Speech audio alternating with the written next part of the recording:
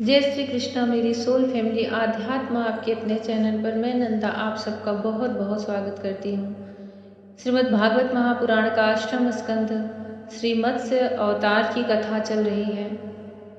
सत्यव्रत भगवान श्री हरि से कहते हैं कि आप कौन हैं जो एक ही दिन में 400 कोस वजन तक की दूरी का विस्तार में अपने शरीर को बढ़ा लिए हैं। यह उस परम तत्व श्री हरि के सिवा और कौन कर सकता है। श्री सुखदेव जी कहते हैं, परीक्षित भगवान अपने अनन्य प्रेमी भक्तों पर अत्यंत प्रेम करते हैं। जब जगतपति मत्स्य भगवान ने अपने प्यारे भक्त राजर्षि सत्यव्रत की यह प्रार्थना सुनी तो उनका प्रिय और हित करने के लिए साथ ही कल्पांत के प्रलयकालीन समुद्र में विहार करने के लिए उनसे कहा। श्री भगवान ने कहा, सत्यव्रत आज से 7वें दिन भूलोक आदि तीनों लोग प्रलय के समुद्र में डूब जाएंगे। उस समय जब तीनों लोग प्रलय काल की जलराशि में डूबने लगेंगे तब मेरी प्रेरणा से तुम्हारे पास एक बहुत बड़ी नौका आएगी। उस समय तुम समस्त प्राणियों के सूक्ष्म शरीरों को लेकर सप्तर्षियों के साथ उस नौका पर चढ़ जाना और समस्त धान्य तथा छोटे बड़े अन्य प्रकार के बीजों को साथ रख लेना। उस समय सब और एकमात्र महासागर लहराता रहेगा, प्रकाश नहीं होगा। केवल ऋषियों की दिव्य ज्योति के सहारे ही बिना किसी प्रकार की विकलता के तुम उस बड़ी नाव पर चढ़कर चारों ओर विचरण करना। जब प्रचंड आंधी चलने के कारण नाव डगमगाने लगेगी तब मैं इसी रूप में वहां आ जाऊंगा और तुम लोग वासुकी नाग के द्वारा उस नाव को मेरे सींग में बांध देना। सत्यव्रत इसके बाद जब तक ब्रह्मा जी की रात रहेगी तब तक मैं ऋषियों के साथ तुम्हें उस नाव में बैठाकर उसे खींचता हुआ समुद्र में विचरण करूंगा। उस समय जब तुम प्रश्न करोगे तब मैं तुम्हें उपदेश दूंगा। मेरे अनुग्रह से मेरी वास्तविक महिमा जिसका नाम परम ब्रह्म है तुम्हारे हृदय में प्रकट हो जाएगी और तुम उसे ठीक ठाक जान लोगे, ठीक जान लोगे। भगवान राजा सत्यव्रत को यह आदेश देकर अंतर्ध्यान हो गए। अतः अब राजा सत्यव्रत उसी समय की प्रतीक्षा करने लगे जिसके लिए भगवान ने आज्ञा दी थी। कुशों का अग्रभाग पूर्व की ओर करके राजर्षि सत्यव्रत उन पर पूर्वोत्तर मुख से बैठ गए और मत्स्य रूप भगवान के चरणों का चिंतन करने लगे। इतने में ही भगवान का बताया हुआ वह समय आ पहुंचा।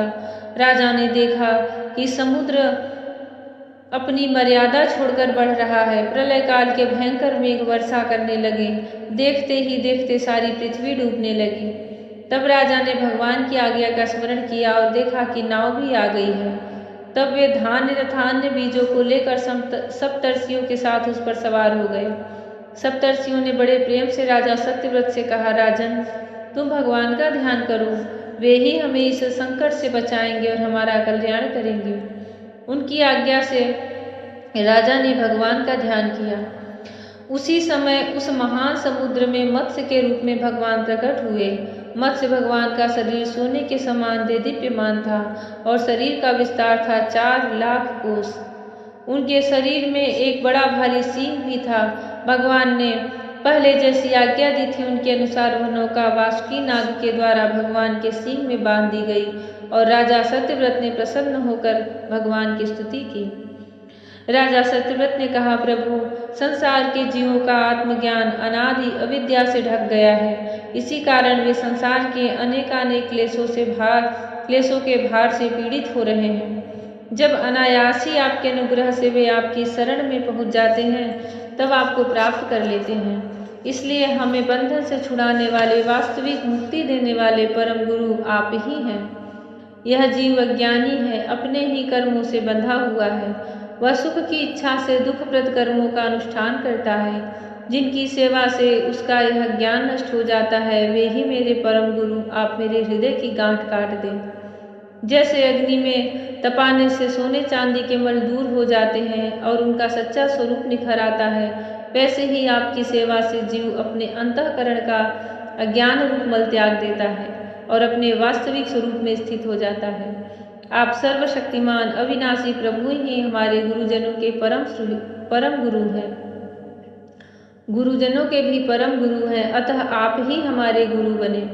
जितने भी देवता, गुरु और संसार के दूसरे जीव हैं, वे सब आदि स्वतंत्र रूप से एक साथ मिलकर भी कृपा करें तो आपकी कृपा के 10,000वें अंश की भी बराबरी नहीं कर सकते।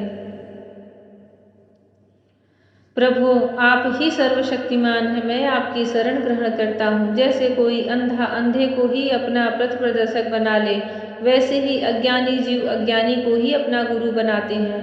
आप सूर्य के समान स्वयं प्रकाश और समस्त इंद्रियों के प्रेरक हैं। हम आत्मतत्व के जिज्ञासु आपको ही गुरु के रूप में वर्ण करते हैं। अज्ञानी मनुष्य अज्ञानियों को जिस ज्ञान का उपदेश करता है वह तो अज्ञान ही है। उसके द्वारा संसार रूप घोर अंधकार की अधिकाधिक प्राप्ति होती है। परंतु आप तो उस अविनाशी और अमोघ ज्ञान का उपदेश करते हैं जिससे मनुष्य अनायास ही अपने वास्तविक स्वरूप को प्राप्त कर लेता है। आप सारे लोक के सुहृद प्रियतम ईश्वर और आत्मा है। गुरु उसके द्वारा प्राप्त होने वाला ज्ञान और अभीष्ट की सिद्धि भी आपका ही स्वरूप है। फिर भी कामनाओं के बंधन में जकड़े जाकर लोग अंधे हो रहे हैं। उन्हें इस बात का पता ही नहीं है कि आप उनके हृदय में ही विराजमान हैं। आप देवताओं के भी आराध्य देव, परम पूजनीय परमेश्वर हैं। मैं आपसे ज्ञान प्राप्त करने के लिए आपकी शरण में आया हूँ। भगवान, आप परमार्थ को प्रकाशित करने वाली अपनी वाणी के द्वारा मेरे हृदय की ग्रंथि काट डालिए और अपने स्वरूप को प्रकाशित कीजिए। श्री सुखदेव जी कहते हैं, परीक्षित, जब राजा सत्यव्रत ने इस प्रकार प्रार्थना की तब मत्स्य रूपधारी पुरुषोत्तम भगवान ने प्रलय के समुद्र में विहार करते हुए उन्हें आत्मतत्व का उपदेश किया। भगवान ने राजर्षि सत्यव्रत को अपने स्वरूप के संपूर्ण रहस्य का वर्णन करते हुए ज्ञान और भक्ति और कर्म योग से परिपूर्ण दिव्य पुराण का उपदेश दिया। अपने स्वरूप के संपूर्ण रहस्य का वर्णन करते हुए ज्ञान, भक्ति और कर्म योग से परिपूर्ण दिव्य पुराण का उपदेश किया, जिसको मत्स्य पुराण कहते हैं। सत्यव्रत ने ऋषियों के साथ नाव में बैठे हुए संदेह रहित होकर भगवान के साथ उपदिष्ट सनातन परम ब्रह्म स्वरूप आत्मतत्व का श्रवण किया। इसके बाद जब पिछले प्रलय का अंत हो गया और ब्रह्मा जी की नींद टूटी, तब भगवान ने हयग्रीवासुर को मारकर उससे वेद छीन लिए और ब्रह्मा जी को दे दिए। भगवान की कृपा से राजा सत्यव्रत ज्ञान और विज्ञान से संयुक्त होकर इस कल्प में वैवस्वत मनु हुए। अपनी योग माया से मत्स्य रूप धारण करने वाले भगवान विष्णु और राजर्षि सत्यव्रत का यह संवाद एवं श्रेष्ठ आख्यान सुनकर मनुष्य सब प्रकार के पापों से मुक्त हो जाता है। जो मनुष्य भगवान के इस अवतार का प्रतिदिन कीर्तन करता है, उसके सारे संकल्प सिद्ध हो जाते हैं और उसे परम गति की प्राप्ति होती है। प्रलयकालीन समुद्र में जब ब्रह्मा जी सो गए थे, उनकी सृष्टि शक्ति लुप्त हो चुकी थी। उस समय उनके मुख से निकली हुई श्रुतियों को चुराकर हयग्रीव दैत्य पाताल में चला गया था। भगवान ने उसे मारकर वे श्रुतियां ब्रह्मा जी को लौटा दी एवं सत्यव्रत तथा सप्तर्षियों को ब्रह्म तत्व का उपदेश किया। उन समस्त जगत के परम कारण लीला मत्स्य भगवान को मैं नमस्कार करता हूँ। इति अष्टम स्कंध समाप्त। हरि ओम तत्सत।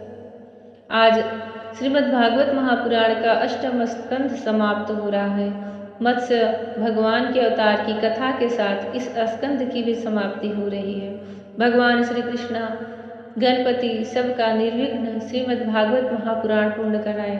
भगवान श्री कृष्ण राधा रानी सबके जीवन में कल्याण लाए। जय श्री कृष्ण। राधे राधे। जय श्री कृष्ण। हरि ओम।